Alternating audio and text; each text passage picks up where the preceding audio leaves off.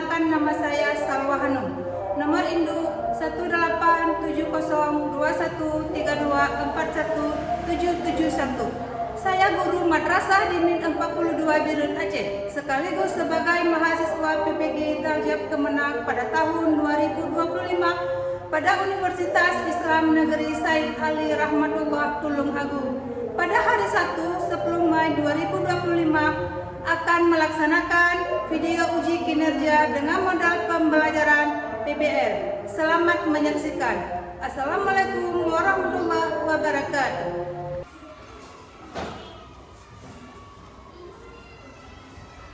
Assalamualaikum warahmatullahi wabarakatuh.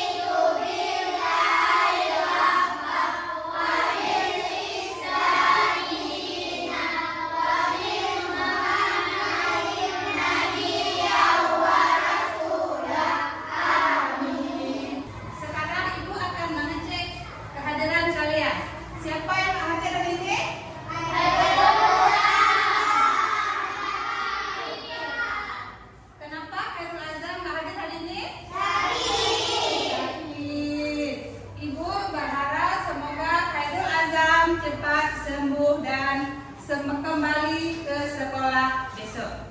Ya. Menanamkan rasa cinta kita terhadap tanah air. Marilah sama-sama kita menyanyikan lagu Indonesia Raya. Semua anak ibu untuk mohon untuk berdiri.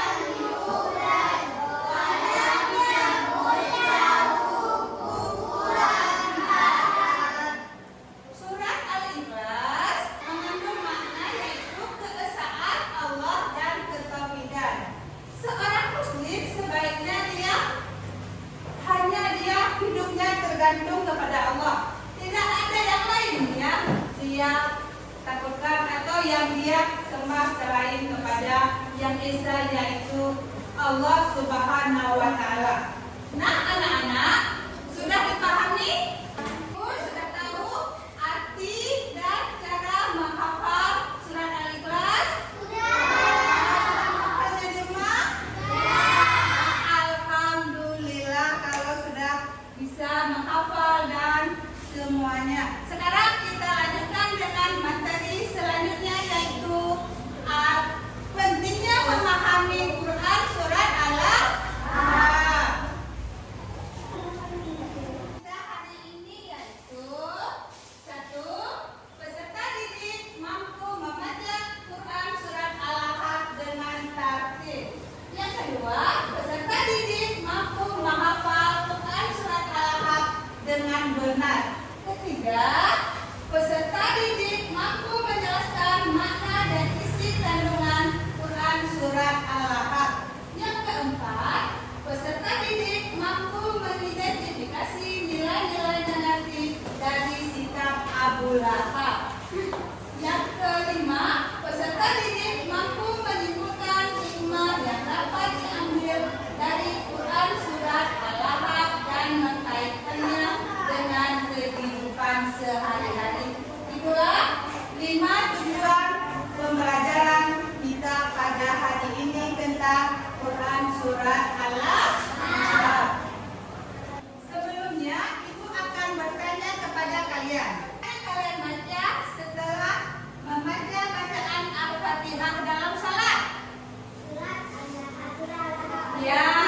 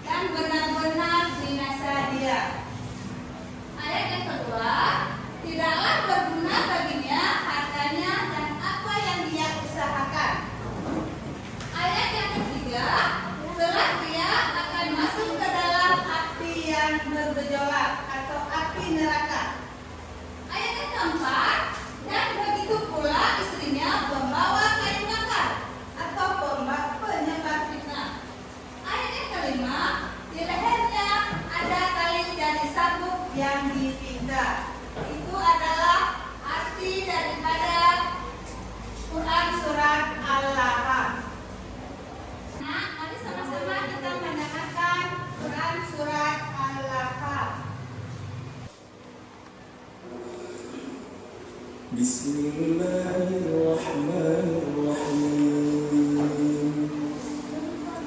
Tabbat yada abi lahabin wa tabb. Ma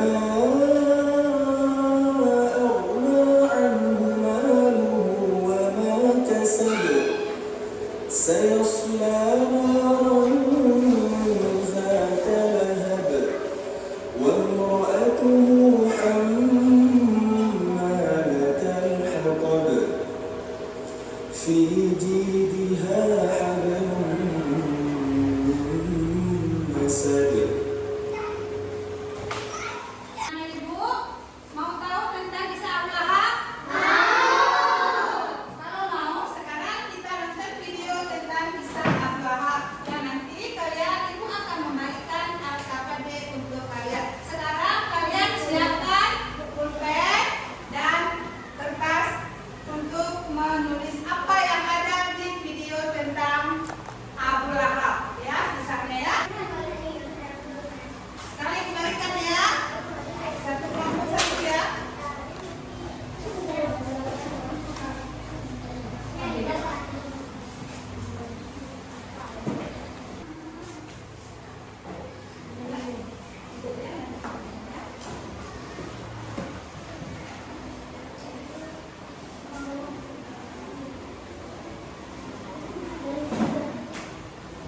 Sudah dapat semuanya? Sudah. Ya, sekarang kalian simak videonya atau lihat videonya ya. Kisah Abu Lahab. Kisah ini terdapat dalam Al-Quran, Surat Al-Lahab ayat 1 hingga 5. Abu Lahab adalah satu-satunya paman Nabi Muhammad SAW dari pihak ayahnya yang paling menentang nikmat beliau. Abu Lahab adalah julukan yang melekat pada Abdul Uzza, nama sebenarnya. Ia dipanggil Abu Lahab karena wajahnya yang merah menyala seperti api saat marah. Sedangkan istrinya bernama Ummu Jamil. Sepasang suami istri itu hidup serba berkecukupan dengan harta benda yang mereka usahakan. Pada tanggal 22 April 571 Masehi di Mekah, lahirlah bayi laki-laki tampan yang disambut gembira oleh semua keluarga Abdul Muthalib, termasuk pamannya Abu Lahab. Baginya, kehadiran Muhammad kecil seperti penghibur atas kepergian saudaranya Abdullah yang pergi begitu cepat. Tahun demi tahun berlalu, Muhammad kecil tumbuh menjadi dewasa sampai pada usia 40 tahun. Beliau diangkat menjadi rasul. Saat itu penduduk kota Mekah banyak yang masih menyembah berhala, termasuk Abu Lahab. Suatu hari Nabi Muhammad naik ke puncak bukit Safa dan berbicara di depan sekumpulan orang. Wahai sahabat, apakah kalian percaya jika aku katakan bahwa ada pasukan berkuda di lembah bukit ini yang akan menyerang kita? Ya, kami percaya padamu, wahai Muhammad. Kami tidak pernah mendapati sedikit pun keluar dari ucapan dusta. Sesungguhnya aku adalah seorang Rasul yang bertugas memberi peringatan kepada kalian agar beriman kepada Allah SWT dan meninggalkan sesembahan selainnya. Walaupun aku seorang Rasul, aku tidak bisa menolong kalian kelak di akhirat. Jadi, selamatkan diri kalian dari panasnya api. Seperti Abu Lahab yang merupakan paman Nabi SAW, saat menghindari perintah Allah, tetap masuk ke dalam neraka. Wallahu a'lam bishawab. Nah, sekarang kita telah menonton video tentang kisah Abu Lahab. Sekarang kerjakan KBD apa yang kalian lihat atau pesan daripada kisah tersebut.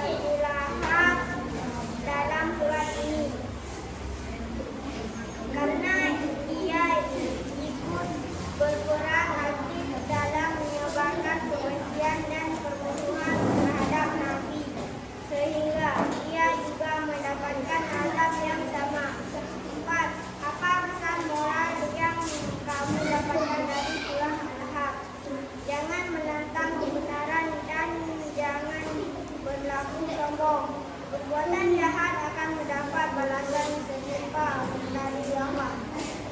5. Tuliskan 2 contoh sikap buruk Abu Lahab yang harus kita hindari. 1. Membenci orang yang berbuat baik. 2. Menghina dan menyakiti orang lain karena ia tidak suka ajarannya.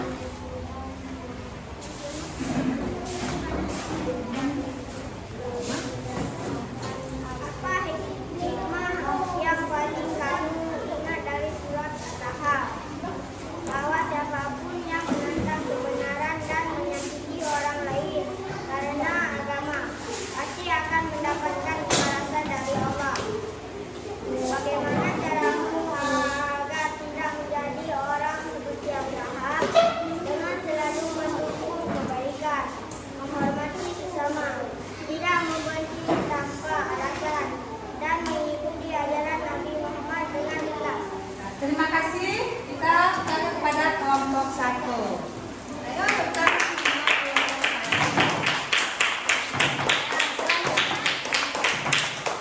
yang selanjutnya kelompok 2 untuk konsultasi jawabannya ke depan. Ayo.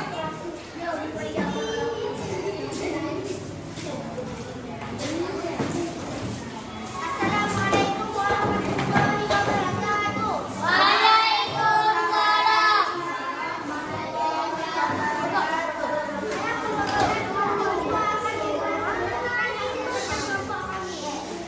Apa isi utama dari surat Al-Lahab tentang kebiasaan Abu Lahab dan istrinya karena permusuhan mereka terhadap Nabi Muhammad dan Islam? Siapa tokoh utama dalam surat ini dan bagaimana perilakunya?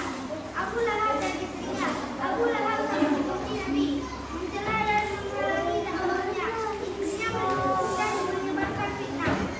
Mengapa Allah menyebutkan istri Abu Lahab dalam surat ini?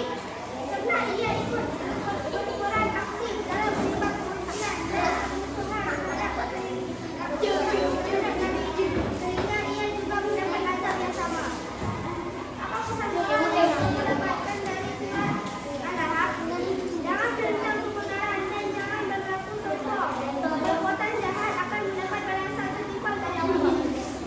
Tuliskan 2 contoh sikap buruk Abu Lahab yang harus kita hindari. Membenci orang yang berbuat baik, menghina dan menyakiti orang lain yang tidak suka ajarannya. Apa hikmah yang paling kamu ingat dari surat Al-Lahab? Bahwa siapapun yang menentang kebenaran dan menyakiti orang lain karena agamanya pasti akan mendapat balasan dari Allah. Bagaimana caramu agar tidak menjadi orang seperti Abu Lahab? Dengan selalu mendukung kebaikan, menghormati sesama, tidak membenci tanpa alasan, dan mengikuti ajaran Nabi Muhammad dengan ikhlas. Assalamualaikum warahmatullahi wabarakatuh. Waalaikumsalam warahmatullahi wabarakatuh. Ayo tepuk tangan untuk kelompok 2.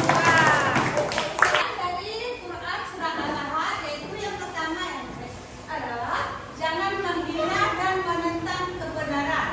Yang kedua, harta benda dan kedudukan tidak menjamin seseorang di akhirat nanti. Yang ketiga, jangan mengikuti perilaku orang-orang yang mencela. Yang keempat, setiap perbuatan akan dibalas di akhirat nanti. Ya. Sebelum Ibu akhiri pelajaran Quran hadis pada hari ini, yaitu kita akan membacakan doa.